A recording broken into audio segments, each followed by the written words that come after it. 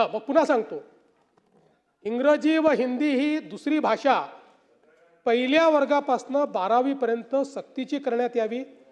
आवश्यकता भासत असेल तर महाविद्यालयीन शिक्षणाच्या 3 किंवा 4 वर्षाच्या पदवी अभ्यासक्रमामध्येही इंग्रजी आणि हिंदी सक्तीची करावी. आता अहवाल स्वीकारला की नाही स्वीकारला हा प्रश्न आहे की नाही.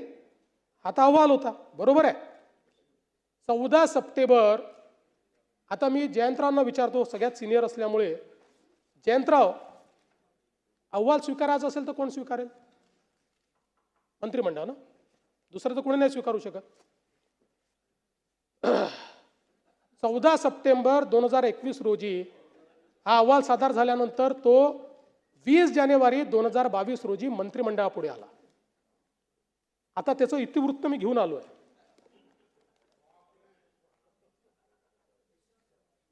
आणि नाही असं नाही.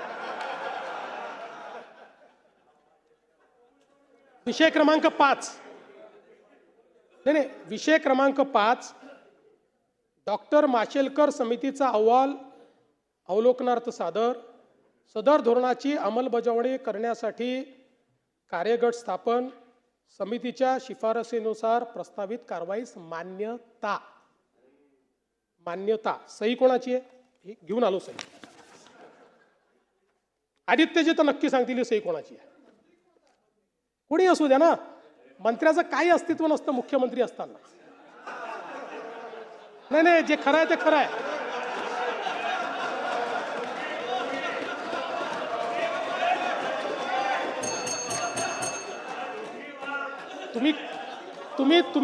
तुम्ही वेगळ्या पद्धतीने आनंदित होताय, पण मी सत्य तुम्हाला सांगतो की जेव्हा एखाद्या कॅबिनेटमध्ये मुख्यमंत्री असतात त्यावेळेस मुख्यमंत्रीच सर्व असतात, इतर कोणी नसतो. मी जेव्हा उपमुख्यमंत्री होतो, तर मी जरी उपमुख्यमंत्री होतो तरी एकनाथ शिंदे साहेबच सर्व होते आणि त्यांच्या अंदरच मी काम केलेलं आहे. हां, तर पुन्हा एकदा, त्यामुळे डिस्टर्ब होऊ नका. त्यामुळे सही कोणाची आहे? बरं, ते सोडून द्या. नाही, इथे संपत नाही. एक मिनिट असं नाही. थांबा जरा. हां, त्याच्यानंतर त्याच्या पुढच्या आठवड्यात मिनिट्स फायनलायझेशनला येतात. पहिले आपण मान्यता देतो, मग काही आपलं राहिलं असेल, चुकलं असेल तर सुधारण्याची आपल्याला संधी असते. ती संधी आपल्याकडे होती. ती संधी परत बघा तुम्ही. तीच सही आहे. मिनिट्सवर सही आहे. म्हणजे काय स्वीकारलं राज्याने हे लक्षात घ्या. आणि या राज्यामध्ये भुजबळ साहेब, तुम्ही तर इतके सिनियर आहात, सगळ्यात सिनियर आहात, 85 पासून आहात. मंत्रिमंडळापेक्षा मोठा कोणीही नाही, मुख्यमंत्री नाही. ते मंत्रिमंडळ काय स्वीकारतंय? इंग्रजी आणि हिंदी ही दुसरी भाषा पहिल्या वर्गापासून 12वी पर्यंत सक्तीची करण्यात यावी, ही शिफारस माननीय उद्धवजी ठाकरेंच्या मंत्रिमंडळाने स्वीकारली. आता त्याचे पुढे जाऊन सांगतो, एकदा मंत्रिमंडळाने एखादी गोष्ट स्वीकारल्यानंतर GR काढण्याकरता मंत्र्याकडे जातं का? नाही जात.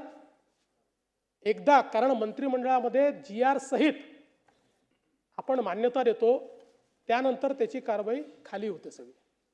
तशा पद्धतीनं तुम्ही जे काढलं होतं, आमचं सरकार आलं तरी ते आमचे अधिकारी कदाचित हुशार असतील, त्यामुळे त्यांनी 1ली ते 12वी असं कुठेही सक्तीचं काढलं नाही. त्यांनी 1लीपासनं हिंदी शिकवण्यात यावी याचा आधार घेऊन त्रिभाषा सूत्राचा GR काढला. आणि आम्हाला काय ठोकला. म्हणजे मला कधी कधी आश्चर्य वाटतो की सगळं आपण करून, म्हणजे करून सरून भागले देवपूजेला लागले.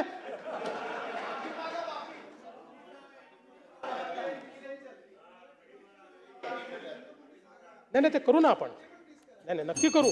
मला सांगायचं एवढंच आहे की बरं, पुन्हा त्याच्यावर आमचे राजसाहेब त्यांच्यासोबत गेले आणि दोघांनी सांगितलं देवेंद्र फडणवीसांमुळे. मला याचा आनंद आहे. या सभागृहाच्या आपल्या कामकाजातही आलं पाहिजे की देवेंद्र फडणवीसांमुळे दोन भाऊ एकत्रित आले, याचं क्रेडिट मला घ्यायचं आहे, मी त्याच्याबद्दल आनंदी आहे. पण सगळं करायचं तुम्ही आणि ठोक ठोकायचं आम्हाला.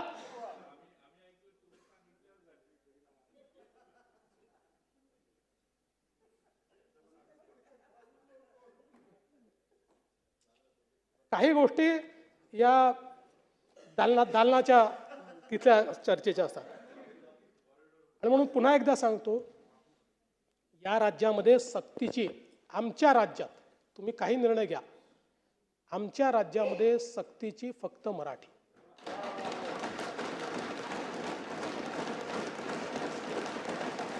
इतर ज्या भाषा शिकल्या पाहिजेत, इतर ज्या भाषा शिकल्या पाहिजेत त्या कुठल्या वर्गातनं घ्यायच्या, कशा घ्यायच्या. एक गोष्ट आपण लक्षात ठेवा की बहुभाषिक असणं हे महत्त्वाचं असतं. वेगवेगळ्या भाषा शिकल्याने मेंदूचा विकास देखील जास्त होतो, जगामध्ये आपण रेलेव्हंट राहतो. नाही असं आहे, नाही प्रश्न तो नाही, कोणी कुठल्या शाळेत शिकावं.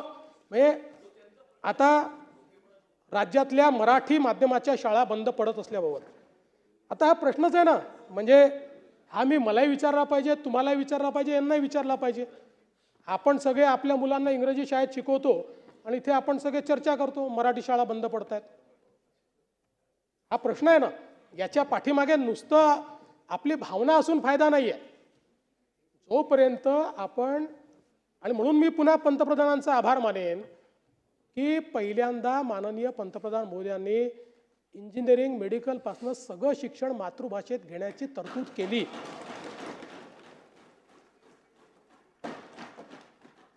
नाहीतर मग कशाला कोणी मराठी शिकेल, कशाला कोणी आपली मातृभाषा शिकेल.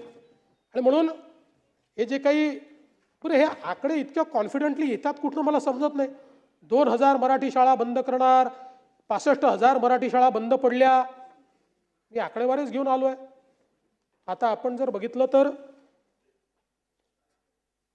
या ठिकाणी आपल्याकडे ज्या काही शाळा होत्या त्या शाळांचा जर आपण एक विचार केला तर त्या शाळा कुठेही बंद पडलेल्या मला दिसत नाही. मराठी शाळा थोड्या काही बंद पडल्या असतील, पण एकूण आपण जर बघितलं तर आजही आमच्याकडे 84% शाळा ज्या आहेत या मराठी माध्यमाच्या आहेत. आणि या शाळांमध्ये एकूण 70% विद्यार्थी हे आमचे शिकतायत.